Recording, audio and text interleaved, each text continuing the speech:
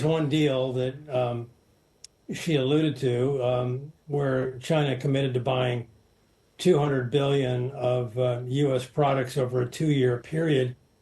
And when the deal ended 2 years later, they fell short of the stipulated path by the full amount, 200 billion. There were special circumstances like COVID, but this was a poor deal, poorly conceived, despite Trump's view at the time this was the greatest bilateral trade deal in the history of deals. Look for more of that. I mean, he's going to keep talking the talk. And, I also go back to 2017, where he had two great summits with Xi Jinping, his new buddy.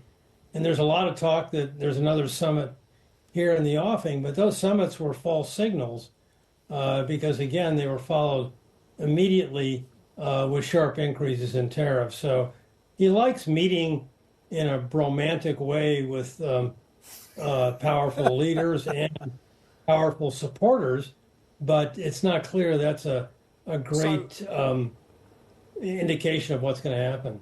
Stephen, is there upside risk then to 10% tariffs on China? Well, sure there is. He laid it out in the campaign. He threw out numbers like 50 to 60%. Now he seems to be going well below that, but he's now bracketed the conceivable outcomes you should be thinking about when you look down the road. He's trying to now say that it hinges to some degree on TikTok. If China cuts a deal with him on his terms, then maybe he'll go light on tariffs, so he says.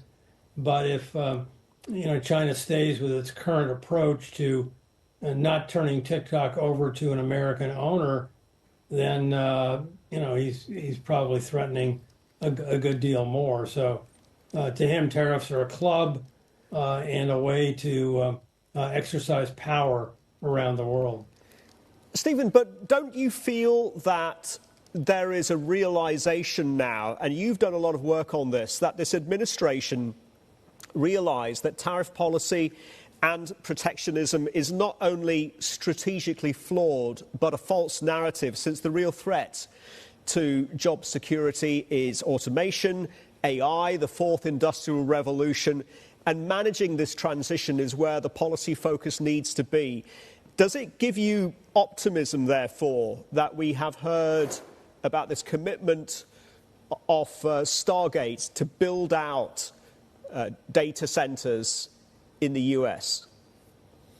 Well, Sri, all of what you're talking about is music to my ears. I've written countless articles, 2 books on it.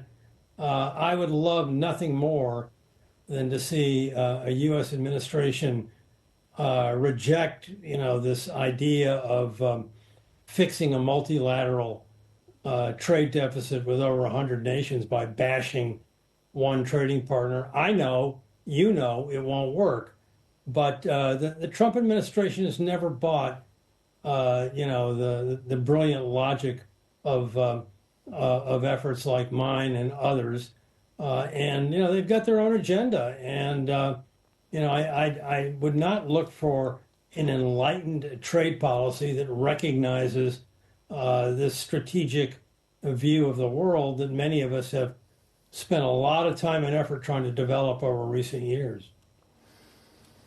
So do you think inevitably the US is going to be on the wrong side of history? We've seen this protectionism throughout history with the Corn Laws in the United Kingdom between 1815 and 1846, Smoot-Hawley, and we saw how that ended up in the 1930s by exacerbating the Depression.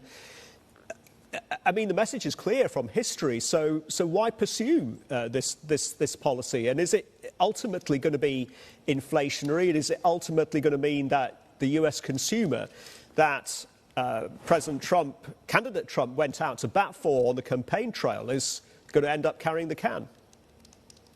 Well, I fear that that's exactly what's going to happen. There's no real institutional memory of the history that you just described. And for those who have made some effort to review and study that history, they want to believe that American exceptionalism justifies a different approach, that we've been egregiously wronged by our devious, underhanded trading partners. It's not our fault, it's theirs, and punishment, whether it's tariffs, sanctions, or other forms of protectionism, is more than appropriate under those circumstances. And I do fear that that will leave us embracing an unwinding of globalization that will leave us on the wrong side of history, as you so articulately put it.